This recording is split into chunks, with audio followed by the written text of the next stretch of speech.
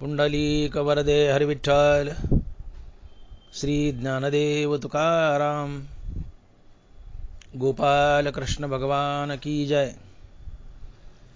मौली ज्ञानेश्वर महाराज की जय। जगद्गुरु तुकाराम महाराज की जय। हेची थोर भक्ती आवडते देवा, हेची थोर भक्ती आवडते देवा, संकल्पावी माया संसाराची। ठेविले अनंते तैसेची राहावे, चित्ती असू द्यावे समाधान। वाहिल्या उद्वेग दुःखाची केवळ, भोगणे ते फळ संचिताचे। ठेविले अनंते तैसेची राहावे, चित्ती असू द्यावे समाधान। तुका म्हणे घालू तयावरी भार, तुका म्हणे घालू तयावरी भार, वाहू हा संसार देवापायी। ठेविले अनंते तैसेची राहावे, चित्ती असू द्यावे समाधान। प्रस्तुत कीर्तनरूपी सेवेसाठी निवडलेला अभंग जगद्गुरु श्री संत तुकाराम महाराज यांचा 4 चरणाचा आणि भक्तिपर प्रकरणातील अभंग आहे।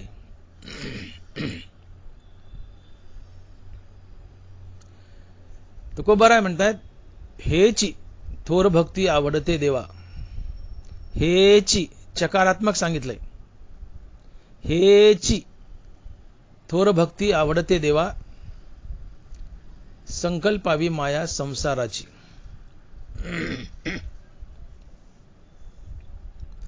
हेची थोर भक्ती आवडते देवा, संकल्पावी माया संसाराची। संकल्पावी माया संसाराची। देवाला हीच चकारात्मक सांगितलंय, देवाला हीच थोर भक्ती आवडते। कोणती? तर संकल्पावी माया संसाराची।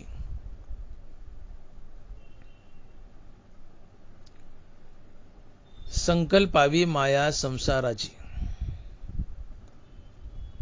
संकल्प, संकल्प म्हणजे दृढ निश्चय। संकल्प म्हणजे दृढ निश्चय।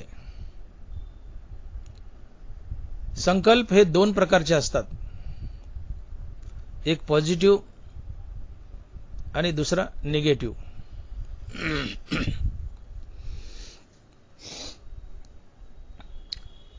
एखाद्या माणसाने जर संकल्प केला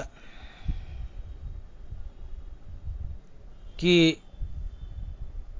मला आयुष्यभर पंढरीची वारी करायची आहे,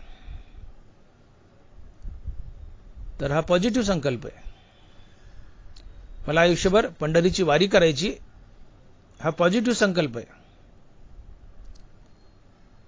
आणि आता इथून पुढे मी दारू कधीच पिणार नाही,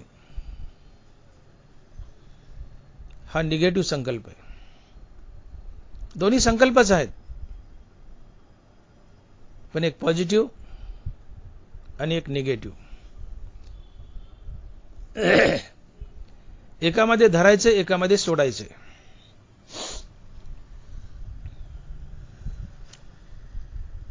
आणि म्हणून मी बोललो की संकल्प 2 प्रकारचे असतात, की एक पॉझिटिव्ह एक निगेटिव्ह। ज्यामध्ये धरायचे ते पॉझिटिव्ह संकल्प, ज्यामध्ये सोडायचे तो निगेटिव्ह संकल्प। मग ते सोडायचे काही असो आणि धरायचे काही असो, पण मला निश्चित रूपानं हे धरायचे, हा पॉझिटिव्ह संकल्प, आणि निश्चित रूपाने हे सोडायचे, हा निगेटिव्ह संकल्प। हा दृढ निश्चय। संकल्प म्हणजे दृढ निश्चय।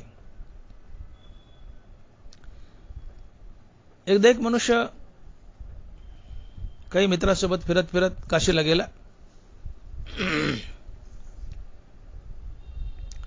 काशीला गेल्यानंतर काही संकल्प सोडावा लागतो, अशी रीत आहे।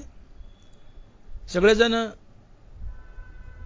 गंगेच्या पाण्यात गेले आणि संकल्प सोडू लागले, पण त्यातला हा जो एक माणूस होता तो अतिशय चिकट होता, विचित्र होता, चिकट होता. सगळे म्हणले हा काय संकल्प सोडतोय, आपण ऐकू तरी चला रे याच्या बाजूला. सगळेजण घोळक्यात त्याच्या बाजूला उभं राहिले जाऊन, आणि तो संकल्प सोडू लागला. तो चिकट माणूस म्हणतो, काय खरंय राव, हातात वंजळीत पाणी घेतलंय, संकल्प सोडायला, आणि म्हणतो काय खरंय राव, धग धग धग धग गाडीत आदळ, आपण बेजार झालोय प्रवासाने, काय खरंय तीर्थयात्रेचं, आजपासून तीर्थाला जाणंच बंद, आजपासून तीर्थाला जाणंच बंद. हा संकल्प मी सोडला, हा संकल्प मी सोडला. हा निगेटिव्ह संकल्प आहे. आजपासून तीर्थाला जाणंच बंद, हा निगेटिव्ह संकल्प आहे. पण आयुष्यभर मी पंढरीची वारी करेल, हा पॉझिटिव्ह संकल्प आहे. आणि म्हणून संकल्प दोन प्रकारचे, की जे निश्चित रूपाने करायचे तो पॉझिटिव्ह संकल्प, जे निश्चित रूपाने सोडायचं तो निगेटिव्ह संकल्प.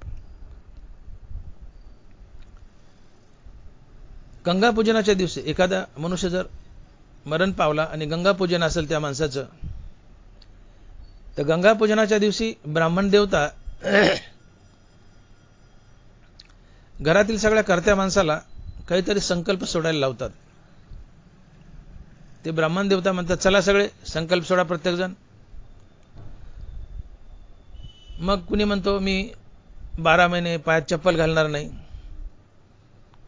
कुणी म्हणतो 12 महिने मी सफरचंद खाणार नाही, कुणी म्हणतं 12 महिने मी केळी खाणार नाही, कुणी म्हणतं 12 महिने मी शिरा खाणार नाही,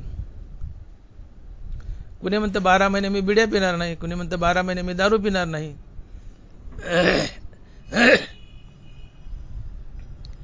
अशी प्रत्येक जण आपापल्या परीनं वेगवेगळी संकल्प सोडतात.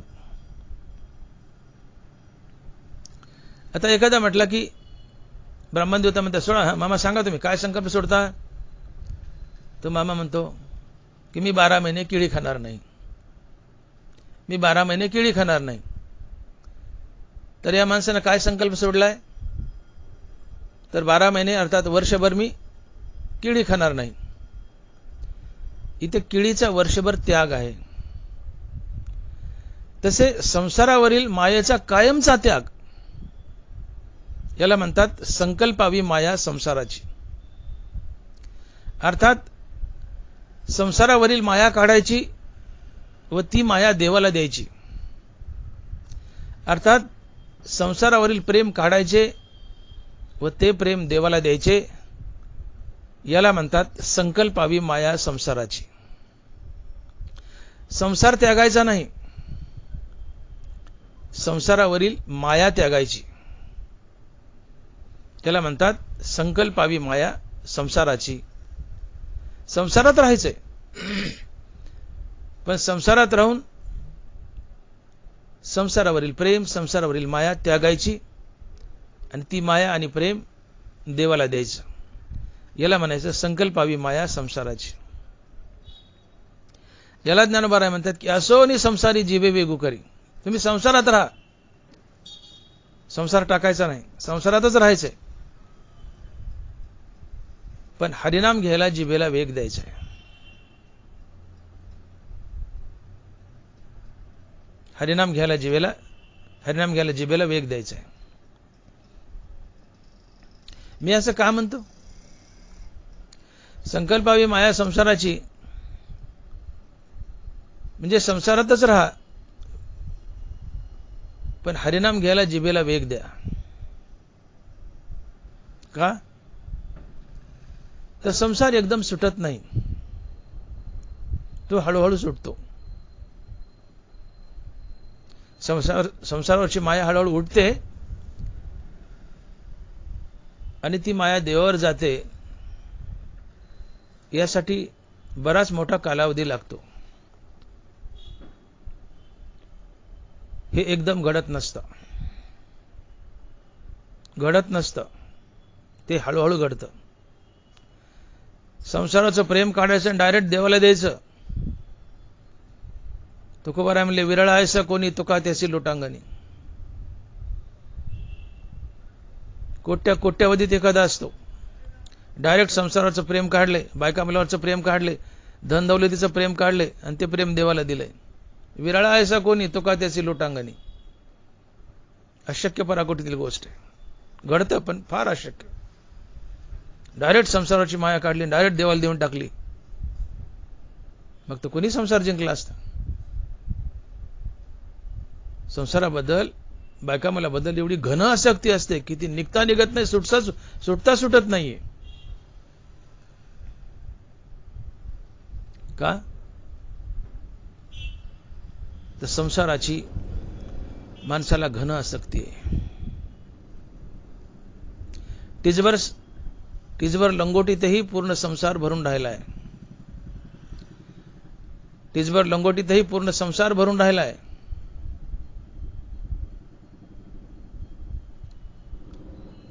देव भेटा म्हणून तुम्ही जंगलात गेले,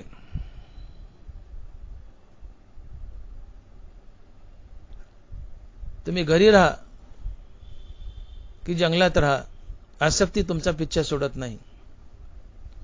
दणबारा लिहितात, घरी घरपण सरे वनी वन्य होऊन अवतरे, नागव्याही शरीर जो लागला आहे. घरी घरपण सरे वनी वन्य होऊन अवतरे, नागव्याही शरीर जो लागला आहे. घरात देवदेव घडत नाही, लोक घराचा त्याग करतात, वनात जातात.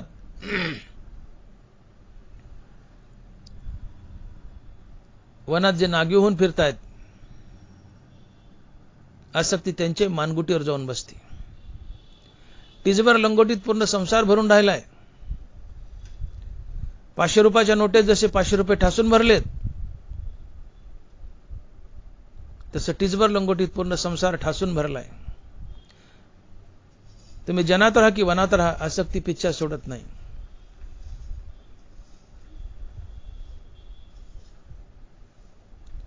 आणि म्हणून मी विधान केलं की असोनी संसारी जीवे वेगू करी. तुकोबाराय म्हणतात की संकल्पावी माया संसाराची. याचा सरळ अर्थ होतो की संसारावरचं प्रेम काढावं, संसारावरची माया काढावी आणि ही माया देवाला द्यावी. शक्य आहे का? बघा ना करून.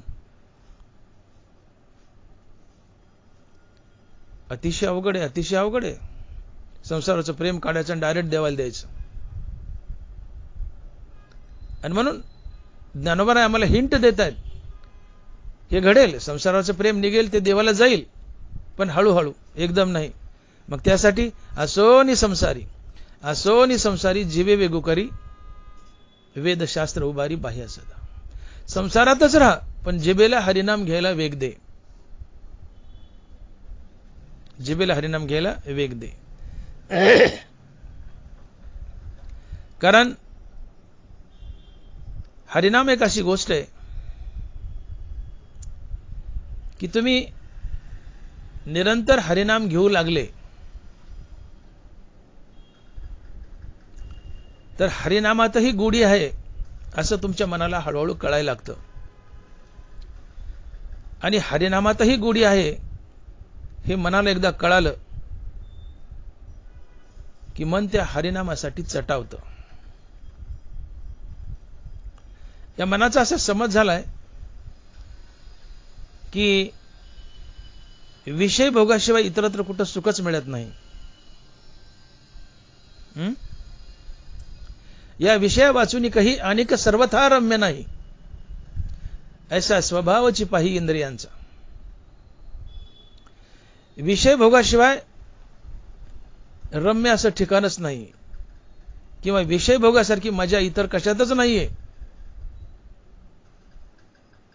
असा इंद्रियांचा आणि मनाचा समज झालाय. आणि म्हणून हे मन सातत्यानं विषयांना इंद्रियात ढकलतं आणि मजा मारतं.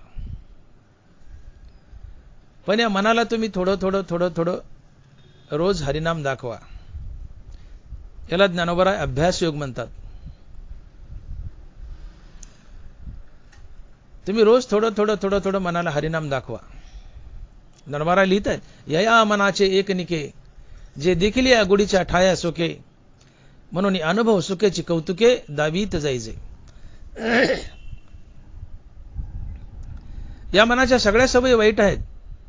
या मनाची एकच सवय चांगली आहे की जी वस्तू याला पुन्हा पुन्हा दाखवावी ते तिकडे जायला चटावतं. याच्या सगळ्या सवय वाईट आहेत, एकच सवय चांगली की जी वस्तू याला पुन्हा पुन्हा दाखवावी मन तिकडे जायला सोकतं, तिकडे जायला चटावतं. याला रोज सिनेमा दाखवा हे सिनेमाला चटावतं, याला रोज तमाशा दाखवा हे तमाशाला चटावतं. असंच असेल त्याला रोज हरिनाम दाखवा ना, रोज हरिनाम दाखवा ना, हे हरिनामालाही चटावेल. यया मनाचे एकनिके जे देखील या गोडीच्या ठाया सोके, म्हणून अनुभव सुखाची कौतुके दावीत जायचे. म्हणून अनुभव सुखाची कौतुके दावीत जायचे.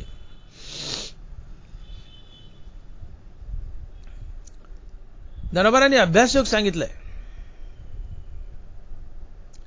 की तरीगा ऐसे करी या आटा पहारा माझारी, मुटके निमिष भरी देतू जाय. मग जे जे का निमिक देखेल माझे सुख, ते तुले अरोचक विषय घेईल. मग भोगातून निघता चित्त मज माझी रिगता, हळूहळू पंडुसुता मीची होईल. अभ्यास योगात त्या ज्ञानोबांनी 4 ओव्या सांगितल्यात. या 4 ओव्यातून ज्ञानोबा संसार कसा जिंकावा, संसार कसा जिंकावा याची युक्ती आम्हाला सांगतायत. माऊली लिहितायत की तरीगा ऐसे करी या आटा पारा माझारी, मोटके निमिष भरी देतू जाय. मग जे जे का निमिक देखेल माझे सुख, ती तुले अरोचक विषयी घेईल. जैसा शरद काल उरगे आणि सरिता ओहटू लागे, तसे चित्त काढेल वेगे प्रपंचोनी. मग भोगातून निघता चित्त मज माझी रिगता, हळूहळू पंडुसुता मीची होईल, मीची होईल. याला अभ्यासयोग म्हणतात.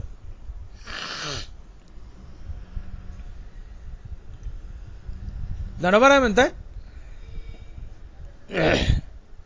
की तुम्ही रोज थोडस तुमच्या मनाला रामनाम घ्यायला लावा. आज एकदा राम म्हणा, उद्या 2दा म्हणा,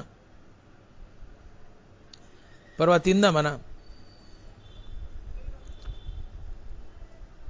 हळूहळू हळूहळू हळूहळू रामनाम वाढवत जा. तुमचं मन रोज थोडं थोडं रामनाम घेतंय, तर एक दिवस असा येईल की मनाला कळेल की रामनामातही गुढी आहे, रामनामातही गुढी आहे. की तुमचं मन रामनामासाठी चटावेल आणि त्याला विषयाचा तिटकारा येईल. जे जे का निमिक देखेल माझे सुख, ते तुले अरोचक विषयी घेईल. अरोचक म्हणजे तिटकारा येणे. तुम्ही रोज मनाला थोडं थोडं रामनाम दाखवतायत आणि मनाला हळूहळू कळू लागतं की रामनामातही गोडी आहे, तर मन रामनामाला चटावतं. आणि मन रामनामाला चटावलं की त्याला विषयाचा, संसाराचा कंटाळा येतो, विषयाचा तिटकारा येतो. आणि विषयाचा तिटकारा येणं हेच वैराग्य असतं. आणि या वैराग्यानं देव भेटतो. ते हे विषय वैराग्य जे आत्मलाभाचे भाग्य, येणे ब्रह्मानंदा योग्य जीव होती. मनाला रोज थोडं थोडं हरिनाम दाखवा. मन रोज हरिनाम घेऊ लागलं की मनाला कळतं की हरिनामातही गुढी आहे, हरिनामातही गुढी आहे. हे मनाला कळालं की मन हरिनामासाठी चटावतं, त्याला विषयाचा तिटकारा येतो. विषयाचा तिटकारा येणं आणि हरिनामाची गुढी लागणं हेच वैराग्य असते. आणि मग शरद ऋतू आला की जसा नद्या आटू लागतात, तसं हरिनामातही गुढी आहे, हरिनामातही मजा आहे. हे मनाला कळालं की मन प्रपंचाला आटू लागतं आणि मन प्रपंचातून काढता पाय घेतं आणि हळूहळू भगवंतामध्ये प्रवेश करतं. एक दिवस ते भगवत स्वरूपच बनतं. तुम्ही भगवंत बनता, तुम्ही मुक्त होता. याला ज्ञानोबा अभ्यास योग म्हणतायत. याला ज्ञानोबा अभ्यास योग म्हणतायत. आणि म्हणून अभ्यासाची निबळे एकागती अंतराळे, व्याघ्र सर्प प्रांजळे केले एके. अभ्यास योगानं तुम्ही काहीही प्राप्त करू शकता. अभ्यास योग ही एक युक्ती सांगितली. तुम्ही अभ्यासानं काही जिंकू शकता. अभ्यासानं तुम्ही संसार जिंकू शकता. अभ्यासानं तुम्ही भवसागर जिंकू शकता. अभ्यासानं तुम्ही तुमच्या पाठीमागे लागलेला जन्ममरणाचा फेरा घालू शकता. ही अभ्यासाची ताकद आहे. आणि म्हणून मी बोललो की असोनी संसारी जिवे वेगू करी, वेदशास्त्र उभारी बाह्या सदा. संसारावरची माया काढायची आणि संसारावरची माया देवाला द्यायची. बोलायला सोपं आहे, बोलायला सोपं आहे, पण तुकोबाराय म्हणतात बोल बोलता वाटे सोपे, करणी करता टीर कापे. बोल बोलता वाटे सोपे, करणी करता टीर कापे. या जगात सगळ्यात महाकठीण काय असेल, सगळ्यात महाकठीण काय असेल तर संसारावरचं प्रेम काढायचं आणि ते प्रेम देवाला द्यायचं. ही सगळ्यात महाकठीण आहे. ही जगातली सगळ्यात अवघड गोष्ट आहे. इतर काही गोष्टी किंवा सगळ्या गोष्टी सोप्या आहेत, पण ही गोष्ट सर्वात कठीण आहे. ही गोष्ट सर्वात अवघड आहे. काय तर संसारावरचं प्रेम काढायचं आणि ते देवाला द्यायचं. नाही निघत, आणि ते निघत नाही म्हणूनच आम्ही संसार बंधनात बांधल्या जातोय, जन्ममरणाच्या फेऱ्यात अडकतोय.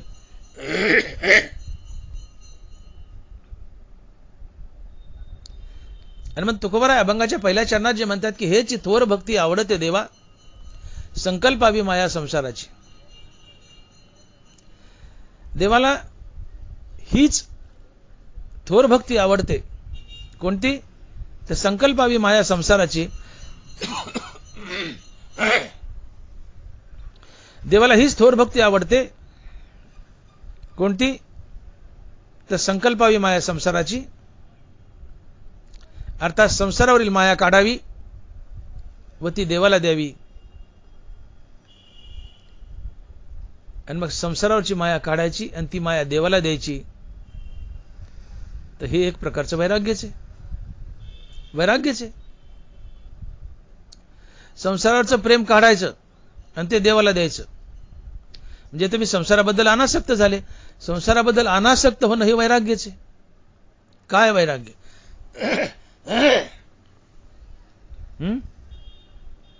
विषय तो त्यांचा झाला नारायण, नावडे धनजन माता पिता. नावडे धन जन माता पिता हे सगळा संसार आहे. नावडे धन संसार आहे, नावडे जन संसार आहे, नावडे माता पिता हे काहीच आवडत नाही. धन जन माता पिता हा संसार आहे. धन जन माता पिता आवडत नाहीत म्हणजे संसाराची माया काढली आणि देवाला दिली. मग काय आवडतं तर विषय तो त्यांचा झाला नारायण. अर्थात एका हरिनामाशिवाय कशाचीच आवड शिल्लक न राहणे म्हणजे संकल्पावी माया संसाराची. आणि यालाच म्हणतात वैराग्य. एका हरिनामाशिवाय कशाचीच आवड शिल्लक न राहणं हे वैराग्य असते. आणि यालाच म्हणतात संकल्पावी माया संसाराची. आणि म्हणून संकल्पावी माया संसाराची म्हणजे ज्ञानोबाराच्या भाषेत बोलायचं झालं तर सर्वसळ ज्ञानोबा लिहित आहेत की मी माझी आईशी आठवण आणि मी माझी आईशी आठवण विसरले जायाचे अंतकरण पार्था तो संन्यासी जाण निरंतर. गेली याची सेन करी न पवता चाडन धरी जो सून शळू अंतरी मेरू जैसा. गेली याची सेन करी न पवता चाडन धरी जो सून शळू अंतरी मेरू जैसा. आणि मी माझी आईशी आठवण विसरले जायाचे अंतकरण पार्था तो संन्यासी जाण निरंतर. गेली याची सेन करी, गेलं ते गेलं, त्याची आठवण करत नाही. गेलं तर गेलं, मिळालं नाही तर नका का मिळाना. आणि पुढे मी आणि माझं या दोन गोष्टी विसरलाय तो संन्यासी असतो. आणि मी माझी आईशी आठवण विसरले जायाचे अंतकरण पार्था तो संन्यासी जाण निरंतर. जो अनासक्त आहे आणि जो मी आणि माझं विसरलाय, मी देह आणि देह संबंधीने माझं विसरलाय, तो संन्यासी असतो. आणि अशी अवस्था जीवनात येणं म्हणजे संकल्पावी माया संसाराची. संसारावरचं प्रेम काढले आणि देवाला दिलंय म्हणजे काय? मी बोलून गेलो, नावडे धन जन माता पिता. संसाराचं प्रेम काढलं म्हणजे कुणावरचं काढलं? धनावरचं काढलं, बायकोवरचं काढलं, मुलावरचं काढलं, जनावरचं काढलं, मायबापावरचं काढलं, सगळ्यावरचं प्रेम काढलं आणि देवाला दिलं. धन दौलत बायका मुलं अर्थात ना विषय तो त्यांचा झाला नारायण, नावडे धनजन माता पिता. हे धनजन माता पिता काही आवडत नाही, आवडतं ते फक्त नारायण. हे वैराग्यच आहे. आणि यालाच म्हणतात संकल्पाय माया संसाराची.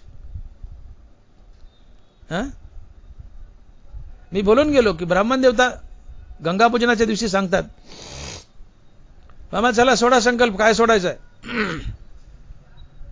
मामा म्हणतो वर्षभर केळ खाणार नाही. वर्षभर केळ खाणार नाही, अर्थात वर्षभर केळाचा त्याग.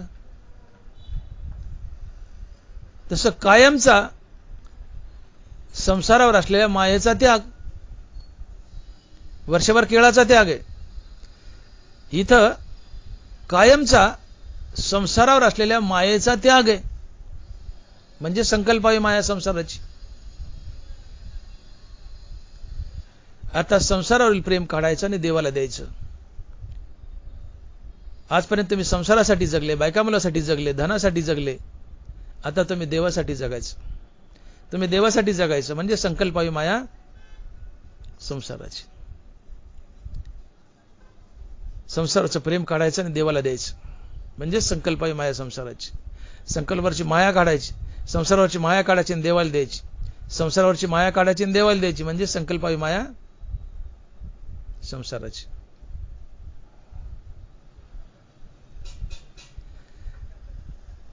आणि म्हणून मी बोललो की ही संसारावरची माया काढून देवाला देणं हे इतकं सोपं नाही. हे फार अवघड आहे, फार अवघड, अति अवघड आहे, गण अवघड आहे. पण हे घडतं. अभ्यास योगाच्या साह्यानं हे घडतं. आपण अभ्यास योग बोललो, अभ्यास योगाच्या साह्याने घडतं. आणि म्हणून गाय जगात तुम्ही पाहिलं कधी? जगात आपल्या संततीवर सर्वात जास्त प्रेम करणारे कोण आहे?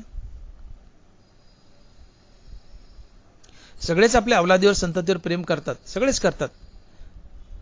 पण ज्ञानोबा लिहितात की वत्सावरून धेनुचे स्नेह राना नवचे. ज्ञानोबा लिहितात की सगळेच आपल्या संततीवर अवलादीवर प्रेम करतात, पण आपल्या अवलादीवर सर्वात जास्त प्रेम करणारा प्राणी कोण असेल तर ती आहे गाय. वत्सावरून धेनुचे स्नेह राना नवचे. ज्ञानोबा लिहितात.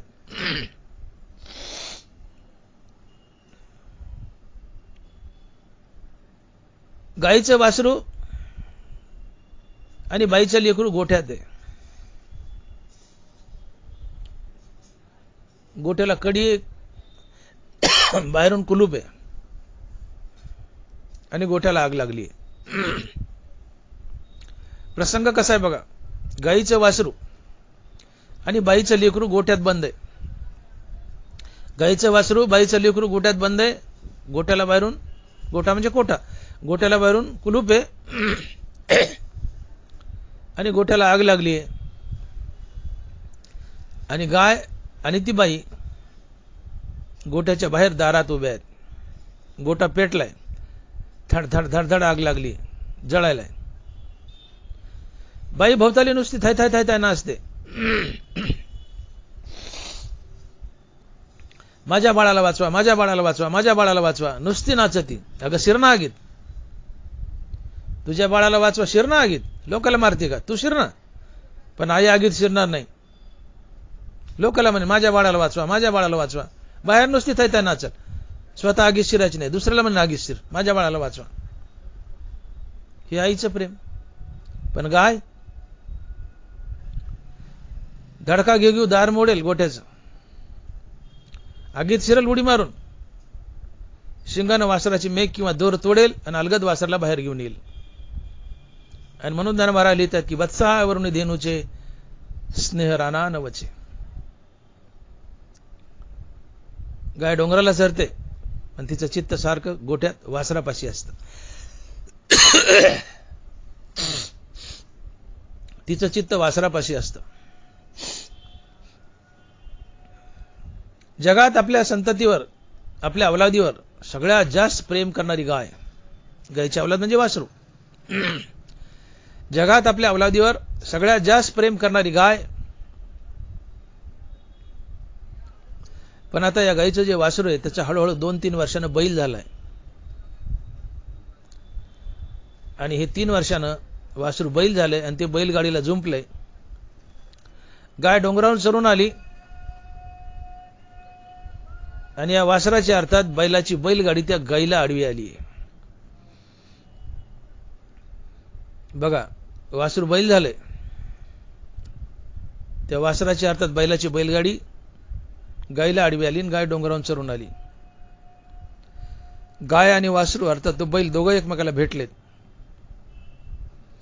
पण गाय त्या बैलाच्या बाजूने निघून जाती आणि एकेकाळी मी तुझी आई होते, एकेकाळी मी तुझी आई होते एवढी सुद्धा त्या वासराला अर्थात बैलाला ओळख दाखवत नाही, त्याच्या बाजूने निघून जाते. काय अर्थ होतो याचा? एकेकाळी सगळ्यात जास्त प्रेम करणारी, एकेकाळी त्या वासरावर सगळ्यात जास्त प्रेम करणारी गाय त्या वासराचा बैल झालाय.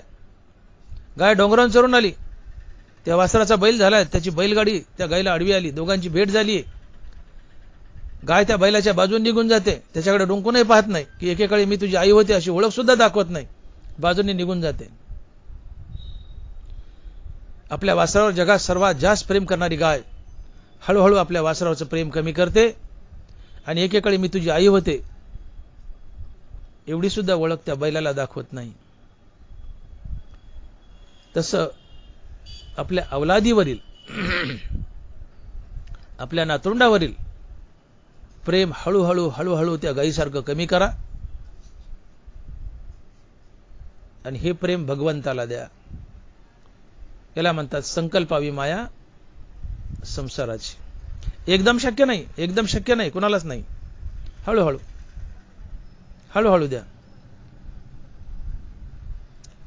ती हरभऱ्यावर एक आळी असते बघा, ज्याला सोट म्हणतात. हिरवी आळी असते, 2 कांडे लांब,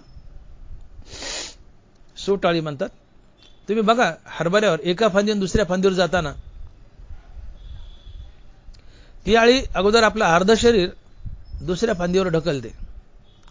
अर्ध शरीर दुसऱ्या फांदीवर गेलं की ते अर्ध्या शरीरानं ती दुसरी फांदी गच्च पकडून ठेवते आणि मग हळूच राहिलं मागचं शरीर त्या फांदीवर आणते दुसऱ्या, आणि दुसऱ्या फांदीवर पूर्णपणे प्रवेश करते.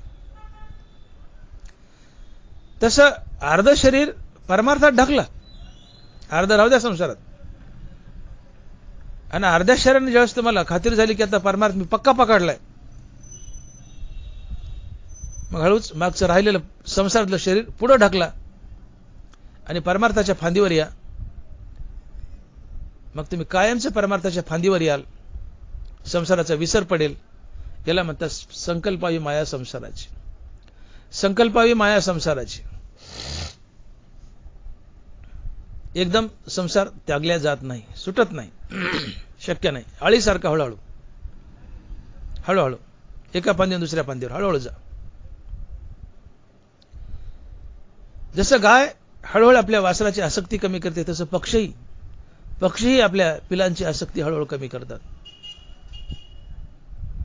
काय प्रेम त्या पक्षीनेच, चुंचित चारा घेऊन येईन, काय आणायचं आणेल, दाना आणेल, काय आणेल, त्या पिलाला खाऊ घालेल. जोपर्यंत पंख मजबूत झाले नाही तोपर्यंत. पंख मजबूत झाले की आई एका दिशेला उडून जाते, ते पाखरू एका दिशेला, ते छोटं पिल्लू त्याचं पाखरू झाले ते एका दिशेला उडून जातं. भविष्यात त्यांची भेट होते नाही होते, किंवा झाली तरी आम्ही मायलेकर आहोत ही दोघंही एकमेकाला आठवण दाखवत नाहीत.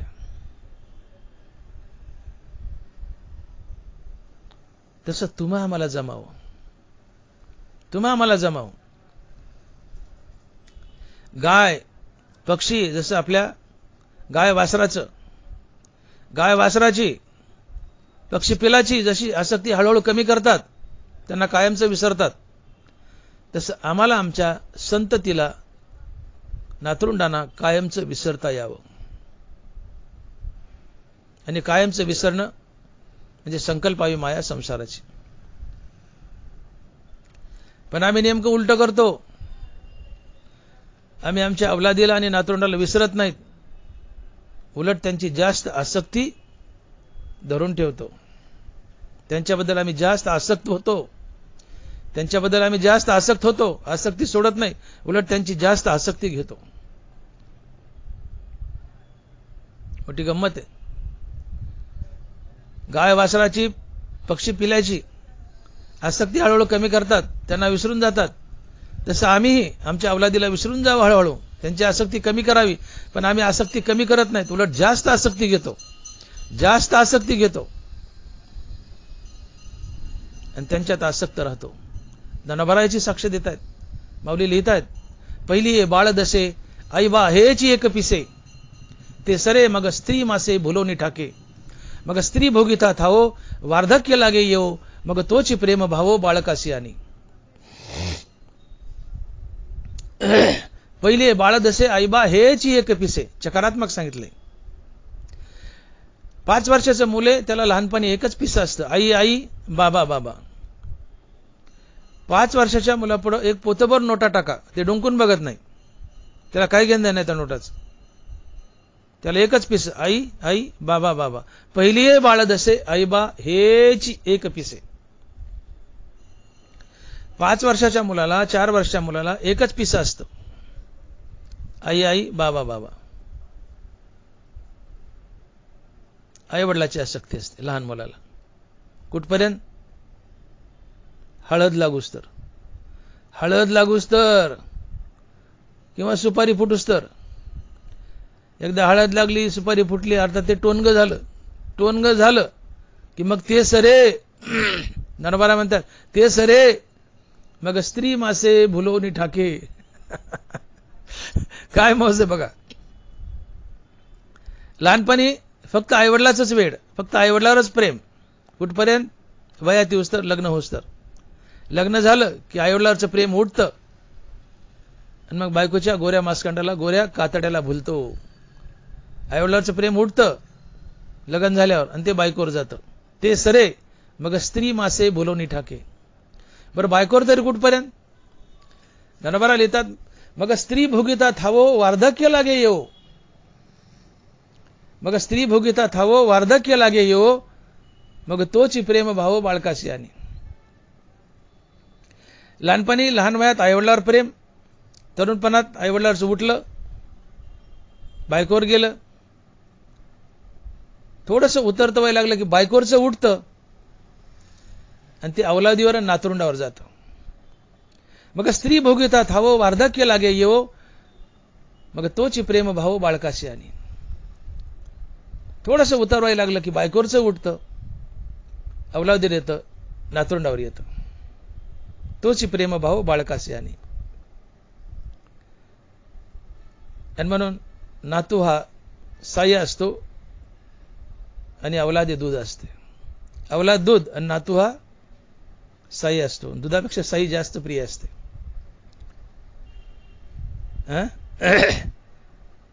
आणि म्हणून अवलादीपेक्षा नातवावर जास्त प्रेम असतं. त्या नातवाला कोणी 4 बोटं लावले तर आजोबा खवळून उठतो. नातवाला कोणी 4 बोटं हाणले, कोणी चापट मारली की खवळून उठतो. आजोबा स्वतः कधी नातवाला मारत नाही. आणि नातवाला जो मारतो तो आजोबाच नसतो. नातवाला मारतो तो आजोबाच नसतो. का? तर आजोबाची विश्वातली सर्वात प्रिय वस्तू असते नातू. ये मृत्यू लोकीचे उफराटे. हा नातू आजोबाची सर्वात प्रिय वस्तू आहे. आजोबा नातवाबद्दल आसक्त आहे, घन आसक्त आहे. पण हाच नातू आजोबाला पुन्हा पुन्हा मसणवाट्यात नेऊन घालतो. नातवाची आसक्ती आजोबाला पुन्हा पुन्हा मसणवाट्यात नेऊन घालते, पुन्हा पुन्हा जन्ममरणाच्या फेऱ्यात बांधते. हे आजोबाला कळत नाही. तुम्हाला कोण पुन्हा पुन्हा जन्ममरणाच्या फेऱ्यात बांधतं? तर तुमच्या धनाची आसक्ती आणि तुमच्या बायका मुलाची आसक्ती. आणि मग जगात तुमचे सगळ्यात मोठे वैरी जर कोण असतील तर तुमची संपत्ती आणि बायका मुलं. का? तर संपत्ती आणि बायका मुलाची आसक्ती तुम्हाला पुन्हा पुन्हा जन्ममरणाच्या फेऱ्यात बांधते. 84 लक्ष फिरायला होते. आणि मग ज्यांच्यामुळे आम्ही संसार बंधनात अडकतो ते आमचे मित्र का शत्रू? शत्रूच, शत्रूच. ये मृत्यू लोकीचे उफराटे. आणि म्हणून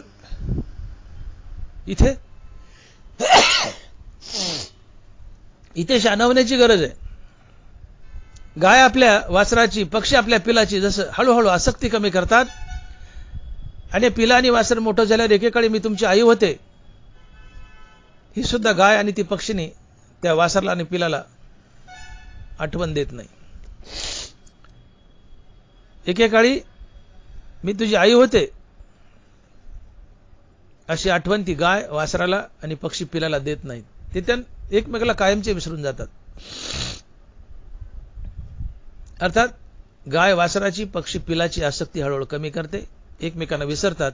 तसं तुम्हा मला आपल्या अवलादीची, नातवाची आसक्ती हळूहळू कमी करता यावी, पण आम्ही कमी करत नाहीत. उलट आसक्ती वाढवतो आणि पुन्हा पुन्हा संसारात अडकतो, पुन्हा पुन्हा संसार बंधनात अडकतो. ये मृत्यू लोकांचे उपराटे. आणि म्हणून प्राण्याकरता सोपं आहे आसक्ती कमी करणं, माणसाकरता घन अवघड आहे, अति अवघड आहे.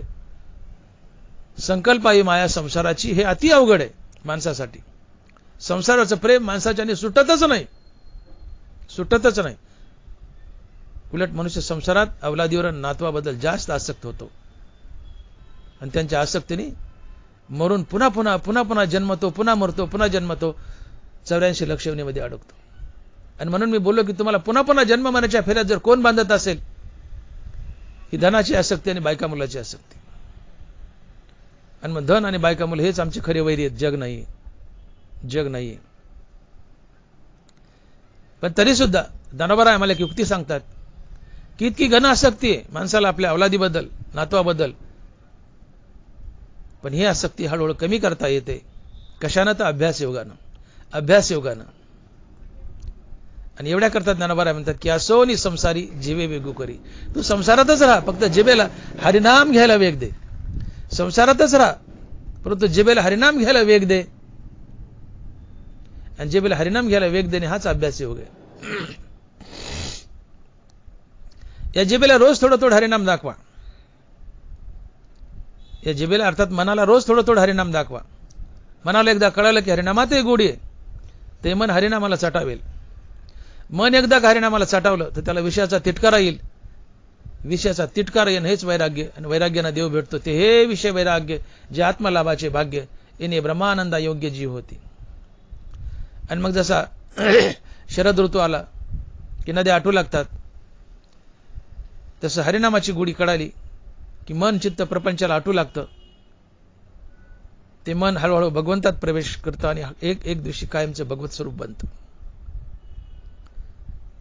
शरद ऋतू आला की नद्या आटू लागतात. तसं हरिनामातही मजा आहे, गोडी आहे. मनाला कळालं की मनही प्रपंचाला आटतं. आणि मग ते हळूहळू भगवंतात प्रवेश करतं. एक दिवशी ते कायमच भगवत स्वरूप बनतं. आणि मन भगवत स्वरूप बनणं हाच मोक्ष असतो. आणि हा अभ्यास योग आहे. आणि मग अभ्यास योगाने तुम्ही काही प्राप्त करू शकता. देव सुद्धा. आणि म्हणून संकल्पावी माया संसाराची असरी तुकोबारायन म्हटलं तर हे सोपं नाहीये. मी बोलून गेलो की टिचभर रंगटीत ते संसार भरून राहिला आहे. 500 रुपयाच्या नोटेत ठासून 500 रुपये भरलेले असतात, तसं टिचभर लंगोटीत पूर्ण संसार भरलाय. तुम्ही जनात राहा की वनात राहा, आसक्ती तुमच्या पिच्छा सोडत नाही, तुमच्या मानगुटीवर येऊन बसते. धनवराय बोलले, घरी कुटुंब बने सरे, वनी वन्य होनी अवतरे, नागव्याही शरीर जो लागला आहे. देव भेटा म्हणजे नाग येऊन फिरतात वनात. आसक्ती त्यांच्या पिच्छा करते, त्यांच्या लंगोटीत संसार भरलाय. आसक्ती पिच्छा सोडत नाही. आणि म्हणून जे म्हणतात की आम्ही संसार टाकलाय ते दांभिक असतात. संसार टाकल्याच जात नाही. संसार गळावा. संसार गळतो. धनवरा लिहितात, परिपाकाचे वेळे फळ देठू ना देठू फळे, न धरे तसे स्नेह खुळे सर्वत्र होय. उभी नीट आहे का? परिपाकाचे वेळे फळ देठू ना देठू फळे, न धरे तसे स्नेह खुळे सर्वत्र होय. कैरी कच्ची तोपर्यंत कैरी देठाला, देठ कैरीला गच्च धरून ठेवतात. कैरी कच्ची तोपर्यंत कैरी देठाला, देठ कैरीला गच्च धरून ठेवतात. पण कैरीला पाड लागला ते दोघे एकमेकाला सोडतात. कैरी आपोआप गळून पडते, आपोआप गळून पडते. जो पण कैरी तो पण तुम्ही किती दगड मारा, लवकर कैरी तुटत नाही. अगोदर तो 2-4 टप्प मारले तर हुकतातच. एखादा बसला तर कैरी हलते, एखाद्या टप्पला पडते. दगड मारले तरी कैरी तुटत नाही. का तर कैरीने देठाला आणि देठाने कैरीला दोघांनी एकमेकाला गच्च पकडून ठेवले. कैरी असताना पण कैरीला पाड लागला, आता दगड मारायची गरज नाही, कैरी आपाप गळून पडते. कैरीला पाड लागला, कैरी आपाप गळून पडते. भक्तीला पाड लागू द्या, संसारही आपाप गळून पडतो, आपाप गळून पडतो. आमच्या भक्तीला पाड लागत नाही म्हणून संसार गळत नाही. आणि भक्तीला पाड लागणे म्हणजे हरिनामाचं पिसं लागणे. गोविंद गोविंद मना लागली या छंद. आमच्या मनाला हरिनामाचा छंद लागत नाही. मनाला हरिनामाचा छंद लागणे म्हणजेच भक्तीला पाड लागणे. कैरीला पाड लागला, कैरी आपाप गळून पडते. भक्तीला पाड लागला, संसारही आपाप गळून पडतो.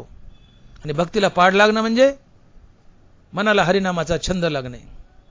आमच्या मनाला हरिनामाचा छंद लागत नाही,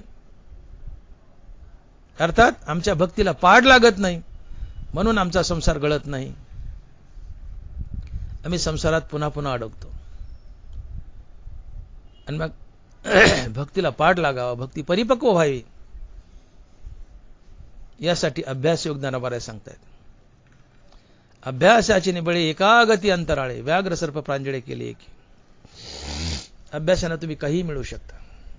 अभ्यास योगानं देव मिळतो. आणि म्हणून संकल्पावी माया संसाराची. तुकोबराजे म्हणतात की हे चिथोर भक्ती आवडते देवा, संकल्पावी माया संसाराची. संसारावरची माया काढायची आणि देवाला द्यायची. त्याचा अर्थ इकडचं दार मोडायचे आणि इकडे पाणी सोडायचे. इकडचं दार मोडायचे, इकडचं दार मोडायचे आणि इकडे पाणी सोडायचे. तुम्ही शेतकऱ्याची मुलं असाल, जर असाल तर आपण शेतामध्ये दारे धरायचो लहानपणी. उदाहरणार्थ ज्वारीला पाणी चालू आहे, गव्हाला पाणी चालू आहे. एक वसारी भिजली की आपण दारं मोडतो, दुसऱ्या वसारीवर पाणी सोडतो. अर्थात दारे धरताना इकडचं दारं इकडं मोडायचे, इकडचं पाणी इकडं सोडायचे दुसऱ्या वसारीवर. तसं संकल्पावी माया संसाराची, संकल्पावी माया संसाराची हे करताना विषयात चालणारी इंद्रिय, संसारात रममान झालेली इंद्रिय संसारातून काढायची आणि भगवंताच्या दिशेने वळवायची. अर्थात इकडचं दार इकडं मोडायचे.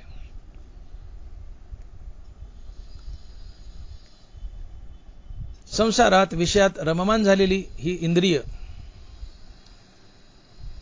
भगवंताच्या दिशेने वळवायची. मग हळूहळू तुमची संसारावरील माया कमी होते आणि तुमची पूर्ण माया भगवंतावर जाते. परंतु विषयातील अर्थात संसारातील इंद्रिय काढून त्या इंद्रियांना भगवंताच्या दिशेने वळवणं किती कठीण आहे. इंद्रियांना विषयातून काढून भगवंताच्या दिशेने वळवताना इंद्रियांना किती दुःख होतं हे सांगताना ज्ञानोबा लिहितायत. माऊली म्हणतायत, जे सारसाही बिघडता होय ओहावनी वत्स काढिता, नवे भनंगू दवडिता भानयावरुनी, पै माये पुढनी बाळक काळे नेताचे एक, होय का उदक तुटता मिनी, तसे विषयांचे घर इंद्रिया सांडिता थोर, युगांतू होय ते वीर विराग साहती. या इंद्रियांना विषयातून संसारातून काढून भगवंताच्या दिशेने जोडताना इंद्रियांना किती दुःख होतं. ज्ञानोबा म्हणतात 3-4 दृष्टांत दिलेत. सारस नावाचा पक्षी असतो, नरमादी यांचा वियोग झाला तर ते रात्रभर एकमेकांना शोधतात, आवाज काढतात, त्यांची भेट होत नाही लवकर.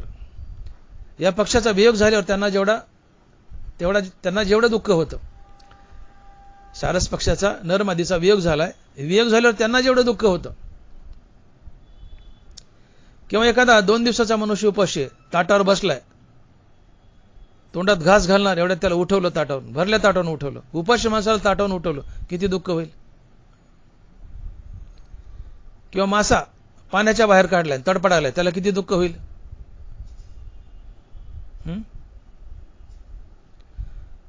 वासरू गायीच्या काशीतून ओढून काढलं पिता पिता, त्याला किती दुःख होईल. याच्याही पुढे जाऊन दानाबारा बोलतायत, एकुलते एक लेकरू आहे, आईच्या मांडीवरून काळाने ओढून नेलं, त्या आईला किती दुःख होईल. इतकं दुःख किंवा याहीपेक्षा जास्त दुःख इंद्रियांना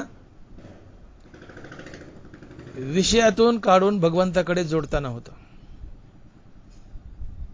इतकं कठीण आहे इंद्रियांना विषयातून काढायचं आणि भगवंताच्या दिशेने जोडायचं. परंतु इंद्रियांना जरी कमालीचं दुःख होत असलं विषयातून निघून भगवंताच्या दिशेने जाताना, हे कठीण जरी असलं तरी हे अभ्यास योगानं अतिशय सोपं आहे. ज्ञानोबा बोलतायत. आणि एवढ्या करतात ज्ञानोबा म्हणतात की असोनी संसारी जीवे वेगू करी. संकल्पावी माया संसाराची म्हणजे संसार टाकायचा नाही, संसारातच राहायचं, परंतु संसारावरचं प्रेम हळूहळू कमी करायचं आणि संसारावरचं प्रेम देवाला द्यायचं. आणि हे हरिनामानं शक्य होतं. असोनी संसारी जीवे वेगू करी. जीवेला वेग दे हरिनाम घ्यायला, हे शक्य होतं.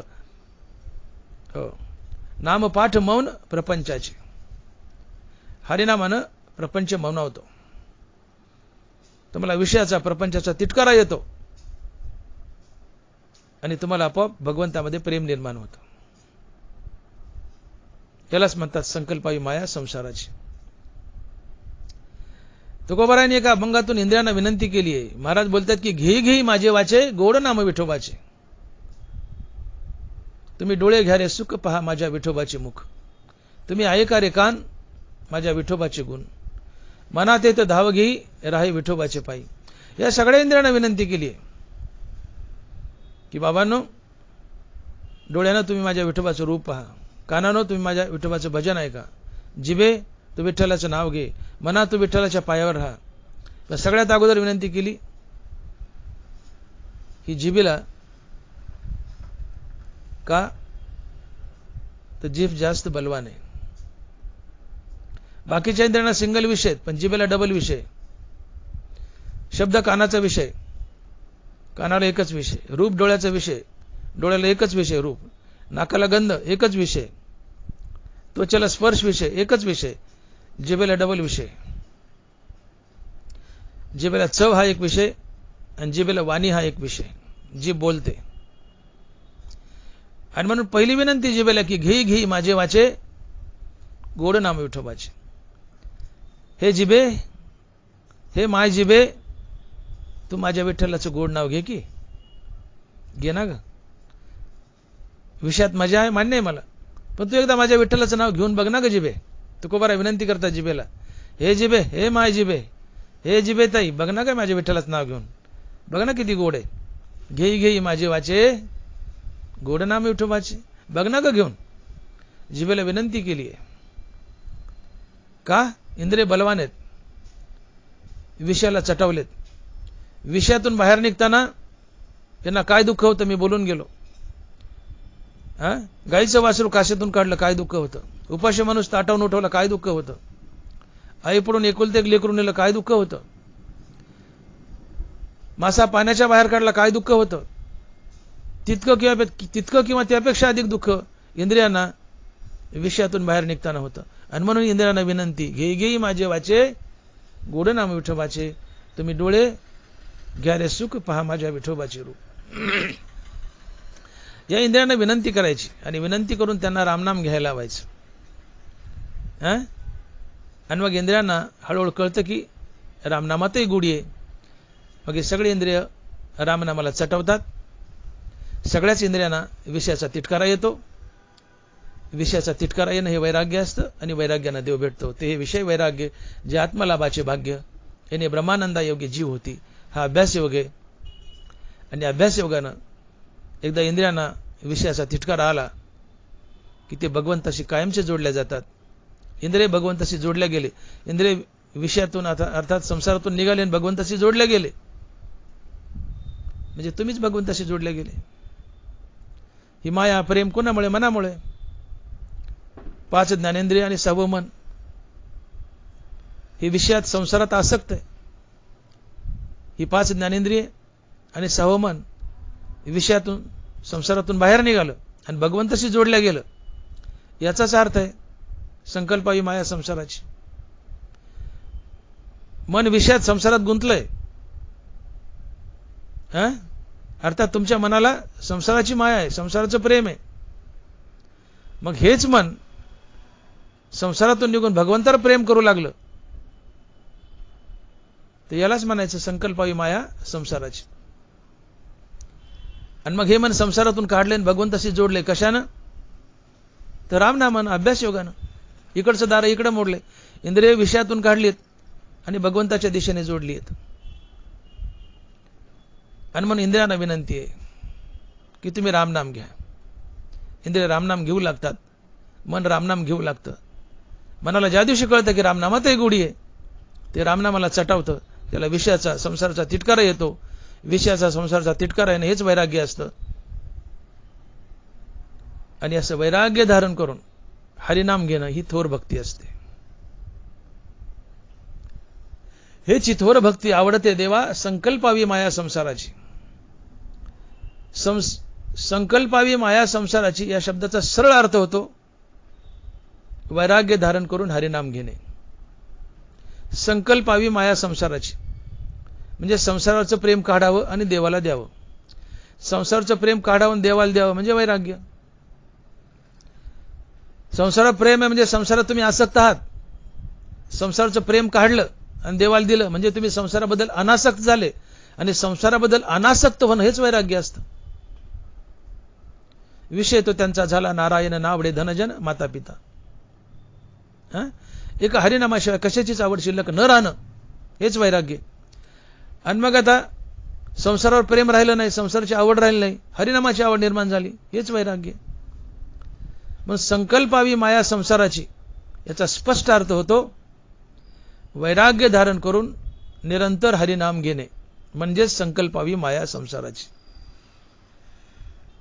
संकल्पावी माया संसाराची याचा स्पष्ट अर्थ होतो संसाराचं प्रेम काढून देवाला देणं. पण याचा नेमका अर्थ काय? संकल्पावी माया संसाराची याचा नेमका अर्थ होतो की वैराग्य धारण करून देवाचं निरंतर नामस्मरण करणं. वैराग्य धारण करून देवाचं निरंतर नामस्मरण करणं म्हणजे संकल्पावी माया संसाराची. आणि वैराग्य धारण करून देवाचं निरंतर नाम घेणं ही थोर भक्ती असते.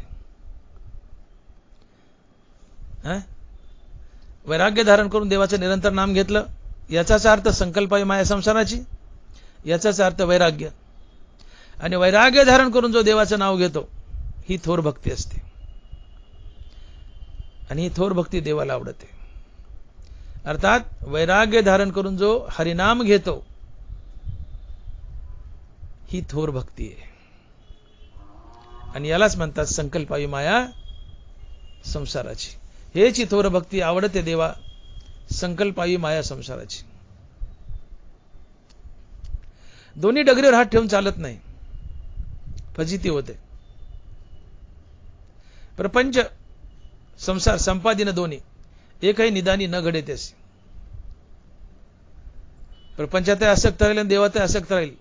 तुकोबारा म्हणले निदानी शेवटी त्याला एकही घडत नाही. तुम्हाला देव जोडायचा तर प्रपंच हळूहळू तोडावंच लागतो. प्रपंचाचं प्रेम कमी करून ते प्रेम देवाला द्यावं लागतं. प्रपंचावरचं प्रेम कमी करणं आणि देवाला देणं हेच वैराग्य असते. अर्थात वैराग्यानं देव भेटतो, वैराग्याशिवाय देवच भेटत नाही. आणि म्हणून संकल्पावी माया संसाराची म्हणजे स्पष्ट अर्थ होतो की वैराग्य धारण करून भगवंताचं निरंतर नामस्मरण करणं म्हणजेच संकल्पावी माया संसाराची. आणि वैराग्य धारण करून निरंतर हरिनाम घेणं ही थोर भक्ती असते. आणि मग जोपर्यंत वैराग्य धारण करून तुम्ही भक्तीमध्ये प्रवेश करत नाहीत तोपर्यंत तुम्हाला हरिनामाची खरी आवड निर्माणच होत नाही. ज्या दिवशी तुमच्या जीवनात वैराग्य येईल त्या दिवशी तुम्हाला रामनामाची खरी आवड निर्माण होते. वैराग्य जीवनात नसेल तर तुम्हाला रामनामाची आवड ही दाटूमुटी असते, क्षणिक असते, थोडी असते.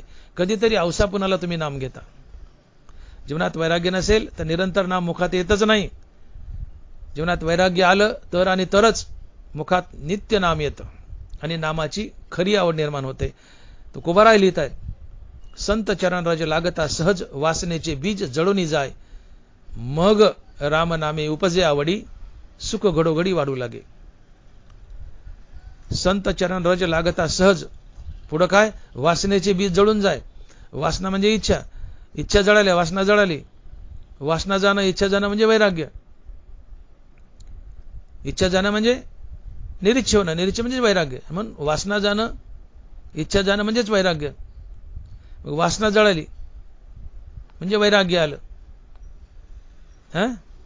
मग वासना जळाली मग रामनामे उपजे आवडी, सुख घडोघडी वाढू लागे. वासना जळणं म्हणजेच वैराग्य येणं. याचा अर्थ वासना जळाली म्हणजे वैराग्य आलं आणि वैराग्य आलं मगच रामनामाची आवड निर्माण होते. मग रामनामे उपजे आवडी, सुख घडोघडी वाढू लागे. वासनेचे बीज जळोनी जाय, मग रामनामे उपजे आवडी. अर्थात वासना कशामुळे जळो? कारण काही असो, पण वासना जळाली म्हणजेच वैराग्य आलं. वैराग्य आलं मगच हरिनामाची आवड निर्माण होते, तोपर्यंत नाही. आणि वैराग्य धारण करून जो हरिनाम घेतो ही थोर भक्ती असते. आणि हेच महाराज म्हणतात की हेची थोर भक्ती आवडते देवा, संकल्पावी माया संसाराची. हेची थोर भक्ती आवडते देवा, संकल्पावी माया संसाराची. म्हणून तुम्हाला देव हवाय, देव भेटावं असं वाटतोय, तर तुम्हाला संसारावरची माया काढावी लागेल आणि देवाला द्यावी लागेल. संसाराची माया काढणं आणि देवाला देणं म्हणजेच वैराग्य. आणि असं वैराग्य धारण करून जो निरंतर हरिनाम घेतो ही थोर भक्ती असते. आणि थोर भक्ती देवाला आवडते. अर्थात वैराग्य धारण करून निरंतर हरिनाम घेणे हीच थोर भक्ती आहे. हीच थोर भक्ती देवाला आवडते. आणि यालाच म्हणतात संकल्पावी माया संसाराची. संकल्पावी माया संसाराची म्हणजे याचा स्पष्ट अर्थ होतो की वैराग्य धारण करून निरंतर हरिनाम घेणं म्हणजे संकल्पावी माया संसाराची. आणि अशी भक्ती भगवंताला आवडते. आणि म्हणून तुकोबाराय पहिल्या चरणात आम्हाला आवर्जून सांगतात की बाबांनो, थोर भक्ती काय आहे? तर महाराज म्हणतात की हेची थोर भक्ती आवडते देवा, संकल्पावी माया संसाराची. थोर भक्ती काय आहे? तर संकल्पावी माया संसाराची. संकल्पावी माया संसाराची म्हणजे काय? तर संसाराची माया काढायची आणि ही माया देवाला द्यायची. संसाराची माया काढायची म्हणजे संसाराबद्दल अनासक्त व्हायचं. संसाराबद्दल अनासक्त होणं म्हणजेच वैराग्य. म्हणून संसारावरची माया काढायची आणि ती माया देवाला द्यायची. याचा स्पष्ट अर्थ होतो जीवनात वैराग्य आणायचं. आणि वैराग्य आल्यानंतर वैराग्य धारण करून निरंतर हरिनाम घ्यायचं. ही थोर भक्ती आहे. आणि ही थोर भक्ती देवाला आवडते. आणि म्हणून हेची थोर भक्ती आवडते देवा, संकल्पावी माया संसाराची. अर्थात तुम्ही आजपर्यंत संसारासाठी, बायका मुलासाठी जगले, बायका मुलावर प्रेम केलं, संसारावर प्रेम केलं. आता हे प्रेम तुम्ही काढा बायका मुलावरचं, संसारावरचं, ते देवाला द्या. जयाचे जीवित्व जडले मजची लागी. धनासाठी जगले, पैशासाठी जगले, बायका मुलासाठी जगले, आता ते कमी करा. ते सगळं प्रेम काढा मला द्या. जयाचे जीवित्व जोडले मजची लागी. बायका मुलासाठी जगले, आता देवासाठी जगा. सगळ्यावरचं प्रेम कमी करणं, प्रेम देवाला देणं म्हणजे देवासाठी जगणं. ज्याचं जगणं देवासाठी आहे हीच थोर भक्ती आहे.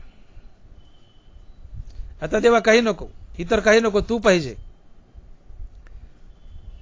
ज्याचं जगणं देवासाठी आहे ज्याचे जीवित्व जोडले मजची लागी, ज्याचं जगणं देवासाठी, ही थोर भक्ती आहे.